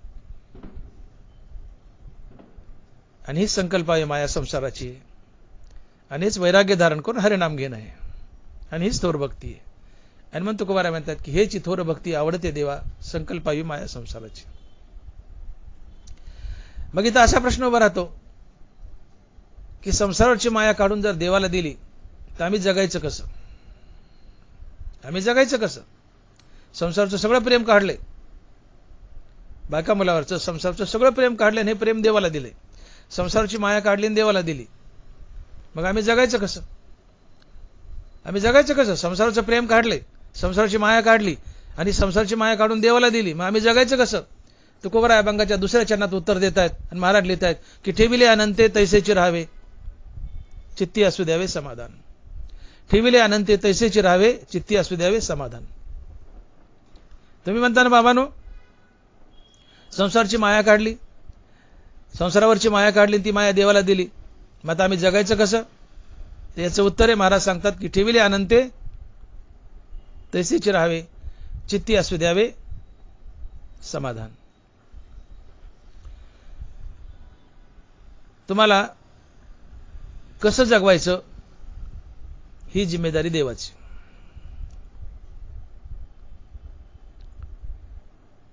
देह हा दैववशेत पाळला जातो. दरबारा उत्तर देत आहेत, दैवास्तव देहाचे पाळन, जो चिंतिना देह भरण, तो महायोगी जान दैवयोगी. तुम्हाला फिकीर पडली ना की संसाराचं प्रेम काढलं, तुम्ही जर कोणावर प्रेम केलं तर ती व्यक्ती तुमच्या कामी येईल, पण त्याच्यावर प्रेम नाही केलं तर ती व्यक्ती तुमच्या कामी यायची नाही. मग तुम्ही संसारावर प्रेम केलं तर संसार तुम्हाला पैसा, धन दौलत देईल, जगायची सुविधा देईल, पण संसाराची माया प्रेम कमी केलं तर संसार आम्हाला काही द्यायचं नाही, तर आम्ही जगायचं कसं? तर तुकोबाराय म्हणतात ठेविले अनंते तैसेची राहावे, चित्ती असू द्यावे समाधान. संसाराचं प्रेम काढलं ना, देवाला दिलं ना, संसाराची माया काढली ना, देवाला दिली ना, मग आता इथून पुढे जगवण्याची जिम्मेदारी देवाची. इथून पुढे जगवण्याची जिम्मेदारी देवाची. घाबरू नका, मनात भीती आणू नका. संसाराची माया काढली, देवाला दिली, आता आम्ही जगायचं कसं? तुकोबाराय म्हणतात देव जगविल. ऐसे अनन्य होगे विकले जीवे मने अंगे, तयाचे काय एक सांगे सर्व मी करी. तुम्ही खरोखर संसाराची माया काढली आणि देवाला दिली तर तिथून पुढे जगवण्याची जिम्मेदारी देवाची. ऐसे अनन्य होगे विकले जीवे मने अंगे, तयाचे काय एक सांगे सर्व मी करी. ज्ञानोबा आहे. तुम्ही देवाला अनन्य शरण जा, तिथून पुढे तुम्हाला जगवण्याची जिम्मेदारी देवाची. नाहीतर एरवीही तुमचा देह तुम्ही देवाला शरण जा की नका जाऊ, तुम्हाला जगवण्याची जिम्मेदारी देवाचीच आहे. दैवास्तव देहाचे पाळन, जो चिंतिना देह भरण, तो महायोगी जान दैवयोगे. देह हा दैववशेत पाळला जातो. नशिबानं प्रारब्धान जर तुम्हाला 90-95 वर्ष आयुष्य दिले तर त्या 95 वर्षापर्यंत तुम्हाला जीवन ठेवणं ही तुमच्या दैवाची, नशिबाची जिम्मेदारी. दैवास्तव देहाचे पाळन. 95 वर्ष तुम्हाला भाकरी देणं ही त्या नशिबाची जिम्मेदारी. देह दैववशेत पाळला जातो. आणि म्हणून सगळी माया संसाराची काढली आणि देवाला दिली, आम्ही कसं जगावं ही फिकीर करू नका. नशीब तुम्हाला जगवतं. लहान लेकरू आहे, आपली ज्ञानोबा बोलतात की आपली तहान भूक नेणे, तानिया निके ते माऊलीचीच करणे, तसे अनुसरले जे मज प्राणी, तयाचे सर्व मी करी. 1-2 महिन्याचं बाळ आहे, आईच्या मांडीवर खेळतंय. आपल्या भुकेची काळजी त्याला एक आईला आहे. आपली तहान भूक नेणे, तानिया निके ते माऊलीची करणे, तसे अनुसरले जे मज प्राणे, तयाचे सर्व मी करी. ज्ञानोबा आहे. लहान मूल आईला अनन्य शरण आहे, ते आपल्या तहान भुकेची काळजी करत नाही. तुम्ही देवाला अनन्य शरण आहेत. तुमच्या खाण्यापिण्याची जिम्मेदारी देवाची, तुम्ही काळजी करायची गरज नाही. 2 महिन्याचं मुल आहे, आईला अनन्य शरण आहे, त्याच्या भरण पोषणाची जिम्मेदारी आईची. तुम्ही देवाला अनन्य शरण आहेत, तुमच्या भरण पोषणाची जिम्मेदारी देवाची. तुमच्या भरण पोषणाची जिम्मेदारी देवाची. आणि म्हणून काळजी करू नका की संसाराची माया काढली, ती माया देवाला दिली, मग आता आम्हाला संसारातून काय प्राप्ती होईल किंवा नाही होईल, आम्ही जगायचं कसं? तुम्हाला देव जगवेल. तुम्हाला देव जगवेल. आणि देव जसं जगवेल त्याच्यात समाधानी राहा. तुकोबाराय म्हणतात की ठेविले अनंते तैसेची राहावे, चित्ती असू द्यावे समाधान.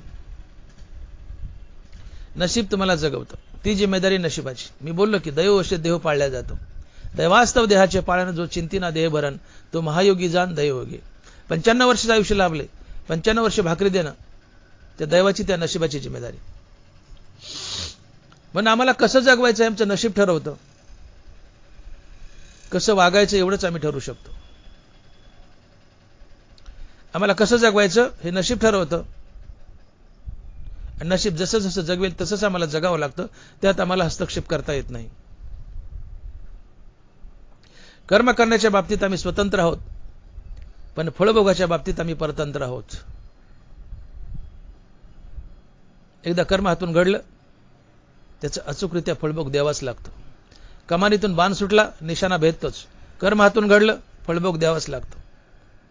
केले काम्य कर्म तैसे फळ भोगावया धरणे बैसे, न फिडिता जैसे ऋण ओसंडीना. सावकार जसा कर्ज मागण्यासाठी दारात मेक मोगरी घेऊन बसतो, काढ माझे पैसे, काढ माझे पैसे, तसं कर्मही दारात मेक मोगरी घेऊन बसतं, भोग मला, भोग मला. केले कर्म तैसे भोग आले. कर्म करण्याच्या बाबतीत आम्ही स्वतंत्र आहेत, फळभोगाच्या बाबतीत परतंत्र आहोत. कर्म हातून घडलं की फळभोग द्यावाच लागतो. म्हणून आम्हाला कसं जगवायचं हे नशीब ठरवतं. आणि नशीब जसं जसं जगवेल तसंच आम्हाला जगावं लागतं. त्यात आम्हाला हस्तक्षेप करता येत नाही. यालाच तुकोबाराय म्हणतात की ठेविले अनंते तैसेची राहावे, चित्ती असू द्यावे समाधान. जसं जसं देव जगवेल तसं तसं जगा. जसं जसं देव जगवेल तसं तसं जगा. तुम्ही किती पटका, नशीब बलवान आहे. तुका म्हणे प्रारब्ध जी गाडे काही न चले तया पुढे. तुका म्हणे प्रारब्ध जी गाडे काही न चले तया पुढे. नशिबापुढं काहीही करता येत नाही. ते जसं जगवेल तसंच जगवावं लागतं. ठेविले अनंते तैसेचे राहावे, चित्ती असू द्यावे समाधान. या दोन्ही चरणात जवळजवळ मिळता जुळता उल्लेख आलाय. दुसऱ्या चरणात महाराज बोलतात ठेविले अनंते तैसेचे राहावे, चित्ती असू द्यावे समाधान. पुढे तिसऱ्या चरणात म्हणतात की वाहिल्या उद्वेग दुःखची केवळ भोगणे ते फळ संचिताचे. जसा देव जगवेल तसं तुम्हाला जगावं लागतं. जसं नसीब जगवेल तसं तुम्हाला जगावं लागतं. त्यात हस्तक्षेप करता येत नाही, करताच येत नाही. तुम्ही कोणी असा, नशिबानं लिहून ठेवले कपाळावर. नरबराय बोलले अगा सटवीचे राती न विसंबीजे जेवी वाती, का ललाटीचे लिहिले न मोडेगा काही केले, काळे गोरेपण धुतले फिटवणेने. 5व्या दिवशी ती सटवी येते बाळाच्या कपाळावर लिहून जाते की या बाळाला याच्या भावी जीवनात काय काय रोग होतील, काय काय भोग मिळतील, याला काय श्रीमंती लाभेल, काय गरिबी लागेल, सगळं कपाळावर लिहिलं असतं. आणि जसा काळा आणि गोरा रंग कशानेच घालता येत नाही, तसं कपाळावर सटवीन लिहिलेले कशानेच घालता येत नाही. ते बघूनच पार पाडावं लागतं. का ललाटीचे लिहिले न मोडेगा काही केले, काळे गोरेपण धुतले फिटवणेने. जे तू जाते ते कपाळ सारसे, जे तू जाते ते कपाळ सरेसे. तुकोबाराय कपाळावरचं लिहिलेलं कशानेच मोडता येत नाही, ते भोगावंच लागतं. हेच नशीब असतं. आणि यालाच म्हणायचं ठेविले अनंते तैसेची राहावे, चित्ती असू द्यावे समाधान. तुम्ही लाख पटकाव, कसं जगायचं आमच्या हातातच नाहीये. आम्हाला कसं जगवायचं हे आमच्या नशिबाच्या हातात आहे. मज लागी दुःख व्हावे असे कोणी वांछना जीवे, परी न वांछिता दुःख पावे, जे न पवे स्वतंत्रता. मला दुःख होऊ नये अशी सगळ्याची इच्छा आहे, पण नशिबात असेल तर दुःख जीवनात येतं. काय करू शकता तुम्ही? काय करू शकता? काहीच करू शकत नाही. दुःख भोगावंच लागतं. हा गा रोगू काय रोगिया आवडे दरिद्र दरिद्रिया, पण ही भोगी विजय बळी अद्रष्टा जेने. कोणाला वाटतं मला कोणाला वाटतं मला मोठी मोठी रोग व्हावेत, कोणाला वाटतं मला दारिद्र्य यावं. कोणालाच नाही. रोगराई दारिद्र्य कोणाला आवडत नाही. रोगराई दारिद्र्य कोणालाच आवडत नाही. पण त्या बलवान नशिबानं जर तुमच्या जीवनात दारिद्र्य आणि रोगराईचा भोग लिहिला असेल तर तो तुम्हाला भोगूनच पार पाडावं लागतं. धनबरा बोलतायत, हागा रोगू काय रोग या, आवडे दरिद्र दरिद्र्या, पण ही भोग जे बळी अदृष्टा जने. अदृष्ट म्हणजे नशीब. तुम्हाला लाख वाटतं की मला रोग होऊ नये, मला दारिद्र्य होऊ नये, पण तुमच्या नशिबात प्रारब्धात त्या प्रारब्धात लिहिलं असेल, त्या प्रारब्धात लिहिलं असेल की तुला हे रोग होतील, तुला दारिद्र्य येईल, तर ते भोगावंच लागतं. भोगावंच लागतं, तुमची इच्छा असो की नसो. याचा अर्थ काय होतो? ठेविले अनंती तैसेची व्हावे, ठेविले अनंती तैसेची राहावे. बरेचसे लोक असे ताशेरे मारतात की संतांनी समाज आळशी केलाय, ठेविले अनंती तैसेची राहावे. काय करू शकता सांगा तुम्ही? आमचे तुकोबाराय म्हणतात ठेविले अनंती तैसेची राहावे, अर्थात देव जसा ठेवील तसंच तुम्हाला राहावं लागतं. तुम्ही काही करू शकत नाहीत, काहीच करू शकत नाही. याचा सरळ अर्थ आहे की नसीब जसं जगवेल तसंच तुम्हाला जगावं लागतं. तुम्ही काहीच करू शकत नाही. तुम्हाला कसं जगवायचं हे नशीब ठरवतं, फक्त कसं वागायचं एवढंच आम्ही ठरवू शकतो. नशिबानं जर तुमच्या कपाळावर त्या सटवीने लिहिलंय की वयाच्या 40व्या वर्षी तुला डायबिटीस होईल, तुम्ही किती पळा, नशीब तुम्हाला गाठतं. नशीब गाठतं ना, वयाच्या 40व्या वर्षी तुम्हाला डायबिटीस होतो. जर तुमच्या कपाळावर सटवीने लिहिलं की वयाच्या 50व्या वर्षी तुम्हाला कॅन्सर होईल, नशीब गाठतं, वयाच्या 50व्या वर्षी तुम्हाला कॅन्सर होतो. नशिबानं कपाळावर लिहिलंय की वयाच्या 60व्या वर्षी तुला रगतपिती फुटेल, नशीब गाठतं, तुम्ही किती पळा, वयाच्या 60व्या वर्षी तुम्हाला रगतपिती फुटतेच.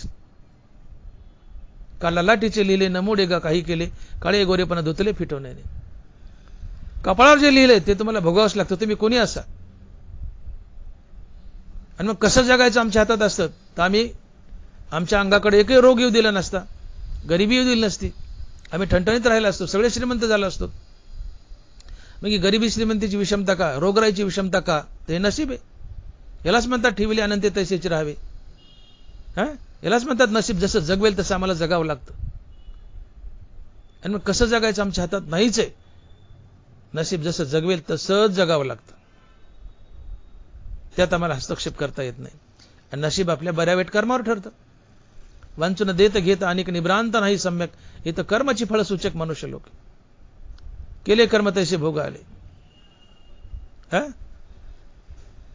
देव साक्षी भावना हृदयात उभा आहे, तसे समजते या भजना मी साक्षीभूत पै अर्जुना, येत प्रतिफळे भावना आपलाली. देव म्हणतो मी साक्षी भावना हृदयात उभा आहे. चांगलं केलं शाबासकी नाही, वाईट केलं मी टोकत नाही, फक्त काय करतायचा हिशोब ठेवतो आणि त्याचा भोग देतो. काय करतायचा हिशोब ठेवतो आणि त्याचा भोग देतो, हेच नशीब असते. दिव्याच्या प्रकाशात कुणी काही करा, देवा साक्षी भावना पाहतो, तो कोणाला टोकत नाही. देव साक्षी भावना हृदयात उभा आहे, तुमच्याकडे बघत असतो काय करता. तुम्ही टेबलाच्या वरून घ्या नाही तर खालून घ्या, तो टोकत नाही. पण टेबलाच्या खालून घेतलंय ना, डायरीमध्ये नोंद करतो, या कुकर्माचा तुम्हाला जरूर भोग देतो. किती करप्शन करा, याची फेड येतेच. भ्रष्टाचार लांडी लबाडीची फेड येते, कारण देवानी पाहिले तुम्हाला. तुम्हाला वाटतं देव कुठं बघायला आलाय? दरबारा लिहितात, हे गगनावनी जुने परमाणुनी साने, आगवेची आगवेपणे देखत असे. देव गगनावून जुना आहे, परमाणून बारीक आहे, पण एका वेळी या विश्वात कुठं काय चाललंय पाहू शकतो. आगवेची आगवेपणे देखत असे. तुम्ही टेबलाच्या वरून घ्या ना तर टेबलाच्या खालून घ्या, देवाची नजर तुमच्यावर आहे. शिवाय तो हृदयात उभा आहे, त्याच्या हृदया माझी मी रामू, असता सर्व सुखाचा रामू. हृदयात उभा आहे साक्षी भावना, तुमच्याकडे बघतोय तुम्ही काय करता, आणि जे काय कराल त्याचा हिशोब ठेवतो. हा हिशोब म्हणजेच नशीब, हाच फळभोग आहे. आणि यालाच मला ठेविले अनंती तैसेची राहावे, चित्ती असू द्यावे समाधान. म्हणून जीवाचा आटापिटा करू नका. जसं नसीब जगवेल तसं जगा, त्यात आम्हाला हस्तक्षेप करता येत नाही. तुम्ही लाख पाठवा, तुम्ही कोट्याधीश आहेत, पण तुम्ही म्हणले मला रोगच व्हायचा नाही. तुमच्या कपाळावर जर नशिबाने लिहिलं की तुला कॅन्सर होईल, तुला दमा होईल, तुला डायबिटीस होईल, तुला रगतपिती फुटेल, अब्जावधी रुपये जवळ, पण नशिबाने लिहिलंय वयाच्या 50व्या वर्षी हे तुला हे रोग होतील, पण वयाच्या 50व्या वर्षी तुला कॅन्सर होईल, आणि तुम्ही कोट्याधीश आहेत, तुम्हाला कॅन्सर होतोच. मग तुम्ही कोट्याधीश आहे तर तुम्ही तुमचा कॅन्सर टाळा ना. का टाळू शकत नाही? का दवाखान्यात धाव घेता? नीट करायसाठी दवाखाना आहे, पण कॅन्सर होऊ नये यासाठी काय? डायबिटीस झाला दवाखाना आहे, पण डायबिटीस होऊ नये यासाठी काय? आज 50% लोकांना डायबिटीस आहे. हे नशीब आहे. ठीक आहे, लोक कामं करत नाहीत, आळशी झालेत, बसतात, डायबिटीसचं 10-5% प्रमाण वाढले, पण शेवटी नशीब आहे. तुम्हाला मध्ये दमा होतो, सोरियासिस होतो, नाना प्रकारचे रोग होतात. तुम्ही अब्जाधीश आहेत का? काय कातडीचे सोरियासिस किंवा हा दमा बिमा टाळू शकत नाहीत? का रगतपिती टाळू शकत नाहीत? का टीबी टाळू शकत नाहीत? तुम्ही पैशावले टाळा ना टीबी, रगतपिती. झाल्यावर दवाखान्यात धाव घ्याल पैशाच्या बळावर, पण होऊ नये यासाठी काय तुमच्या हातात आहे?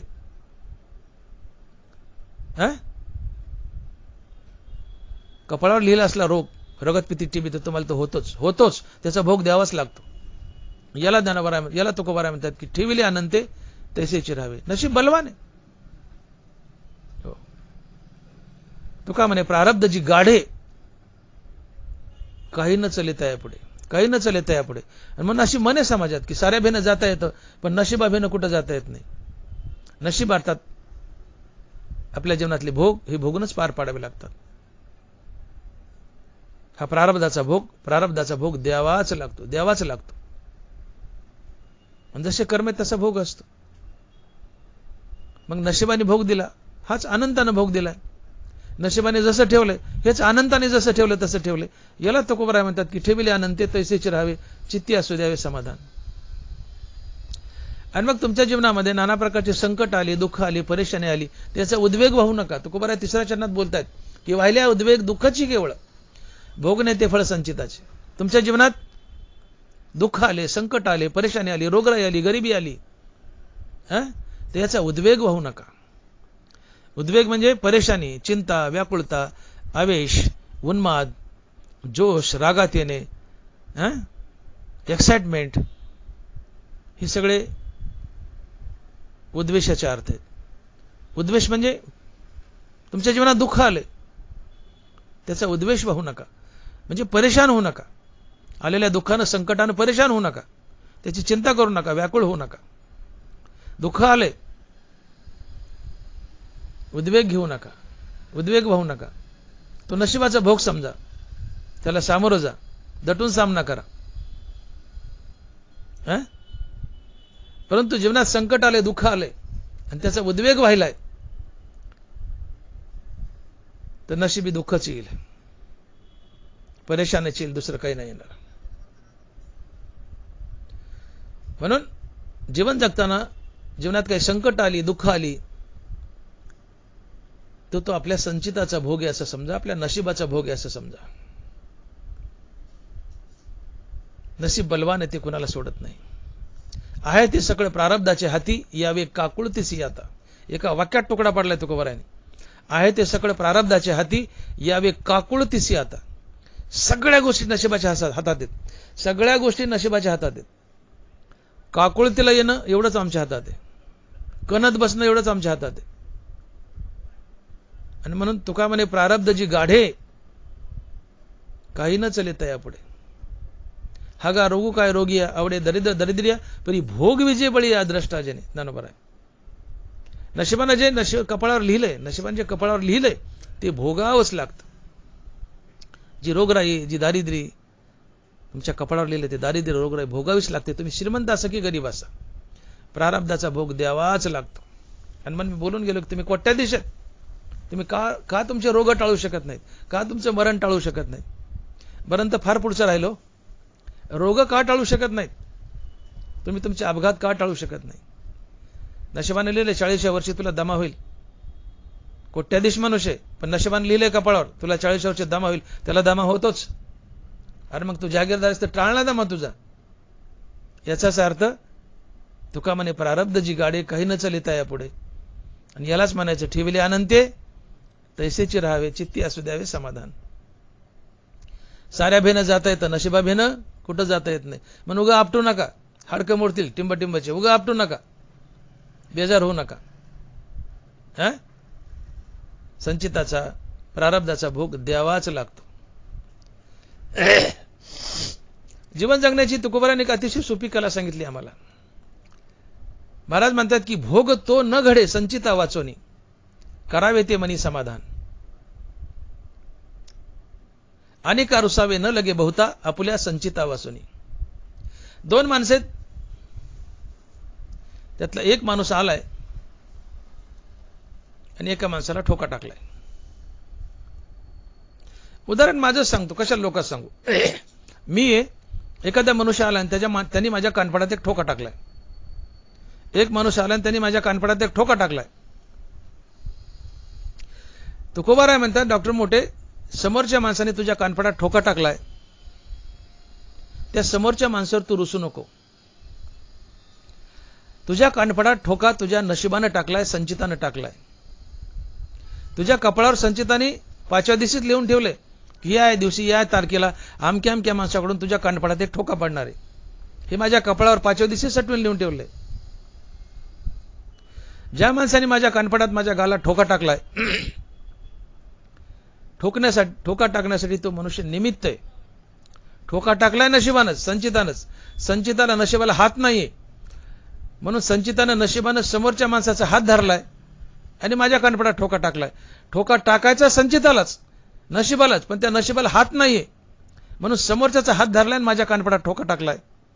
डॉक्टर मोठे, रुसायचं तर तू तुझ्या संचितावर नशिबावर रुस, समोरच्या ठोका टाकण्यावर रुसू नको. आणि का रुसावे न लगे बहुता आपल्या संचिता वाचवणी. भोगतो न घडे संचिता वाचवणी, करावे ते मनी समाधान. आणि का रुसावे न लगे बहुता आपल्या संचिता वाचवणी.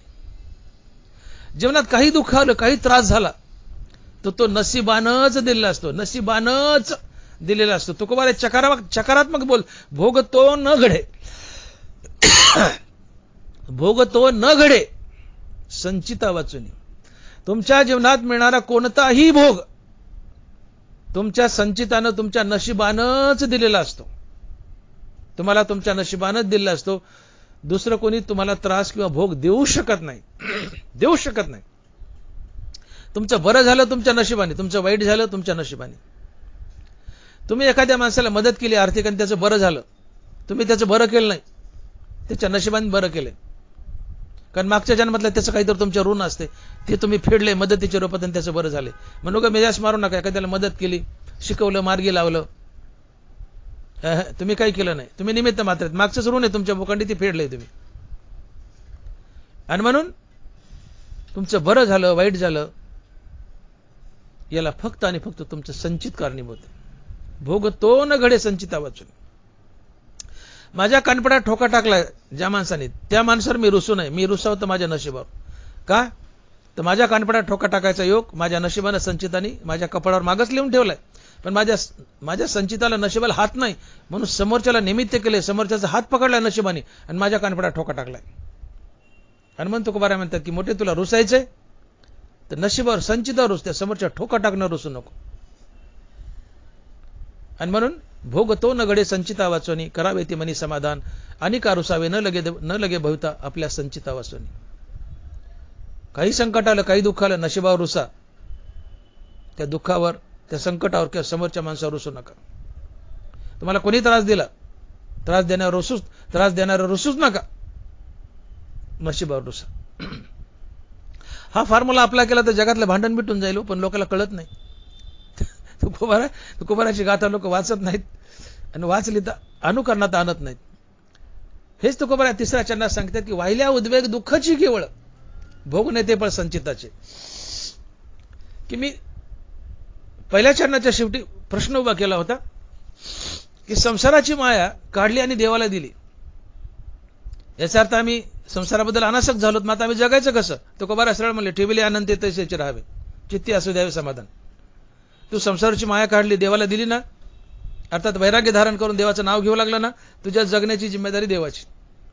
तुला जसा देव ठेवील तसं तू जग. आता जसं जगवेल त्यात समाधान मान. देव तुझ्या नशिबाप्रमाणे तुला भोग देईल, रोग देईल, काय द्यायचं देईल. संकट आले, रोगराई आले, देवाने जसं ठेवलंय तसं. त्याच्यात काही भोग आले, रोग आले, त्याचा उद्वेग होऊ नको, परेशान होऊ नको, काकुळतेला येऊ नको. त्याने तुला दुःखच मिळेल. का तर तुझ्या प्रारब्धाचा भोग आहे.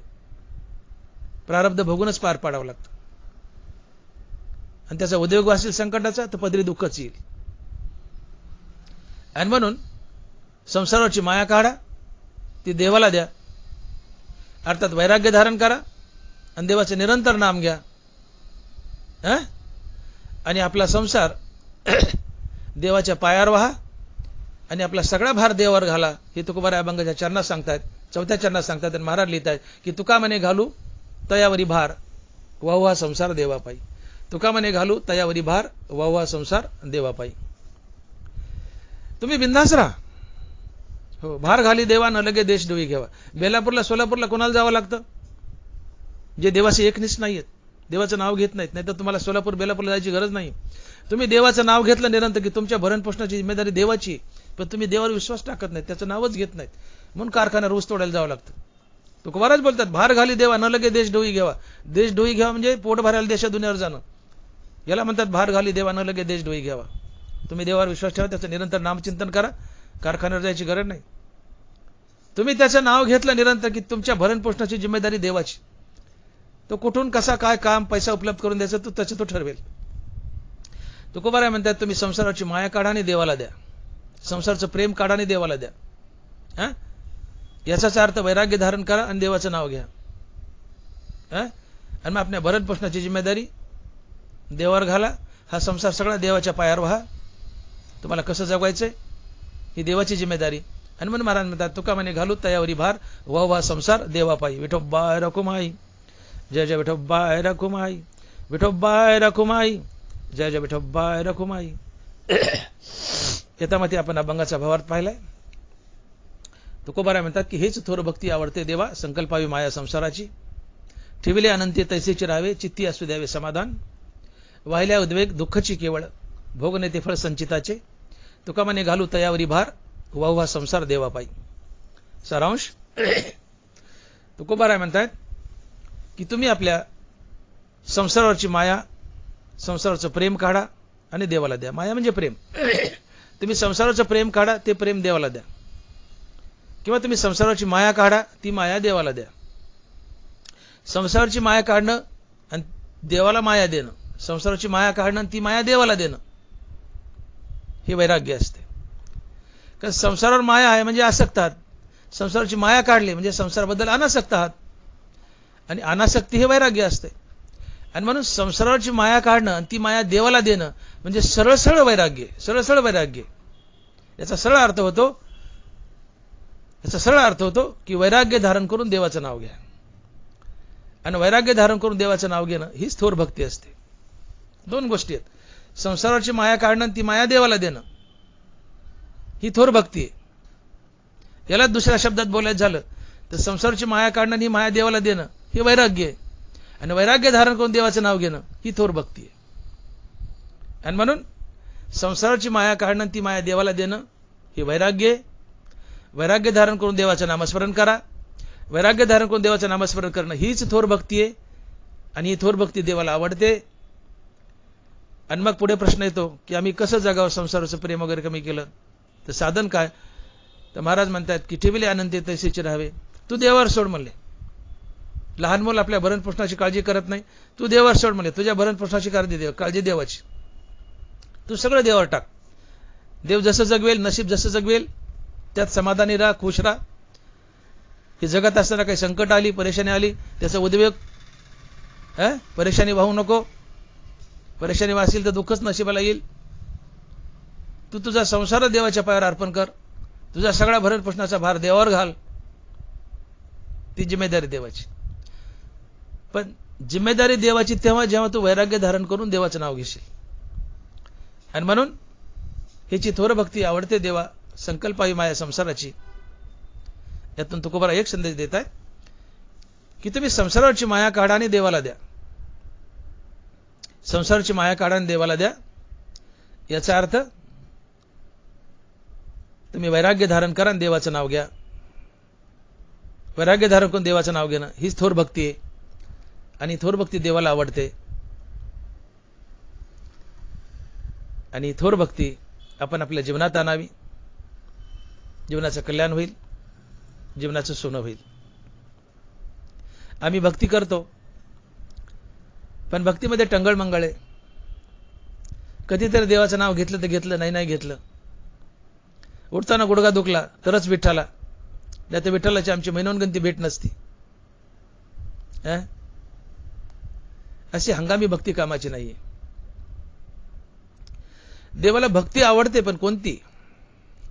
की जे प्रेम तुम्ही तुमच्या बायका मुलावर करता, संपत्तीवर करता, संसारावर करता, ते सगळं वॉशआउट करा, ते सगळं नाहीसे करा, ते सगळं प्रेम देवाला द्या. दोन्ही डगरीवर हात ठेवून चालत नाही. मी थोडं प्रेम संसारावर करेल आणि थोडं प्रेम देवावरही करेल, अशांना देव भेटत नाही. संसारावरचं सगळं प्रेम तुम्हाला काढावंच लागतं आणि ते देवाला द्यावंच लागतं, तर आणि तरच तुम्हाला देव भेटतो. आणि संसारावरचं सगळं प्रेम काढणं आणि देवाला देणं हे वैराग्य असते.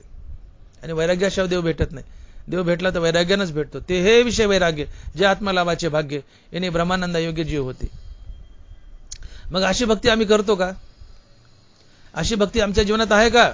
तुम्ही आम्ही परमार्थ करतोय, कीर्तन करतोय, प्रवचन करतोय, संसाराची माया काढून आम्ही देवाला देतो का? आमची माया, आमचं प्रेम कुणावर आहे? पैशावर. कीर्तनातून किती पैसे काढू, कीर्तनातून किती पैसे काढू, त्या पैशावर प्रेम आहे. देवावर प्रेम आहे का? मग देव भेटेल का? दिवसात 3-3 कीर्तन करा ना, 3-3 कीर्तन करा, पण प्रेम जर त्या पैशावर असेल तर देव भेटेल का? मग देव कधी भेटेल? कीर्तनातून मिळणाऱ्या पैशावरचं प्रेम कमी करा, किंवा कीर्तन करून पैसाच घेऊ नका. हे खरं देवावर प्रेम आहे. तुमची घन आसक्ती आहे संसारामध्ये, घन आसक्ती संसारात, आणि तुम्ही अपेक्षा करता की मला देव भेटावा. कुठलं तरी एकच भेटेल, कुठलं तरी एकच भेटेल. संसारात आसक्ती संसार भेटेल, देवात आसक्ती देव भेटेल. दोन्हीत आसक्ती, दोन्ही भेटायचं नाही.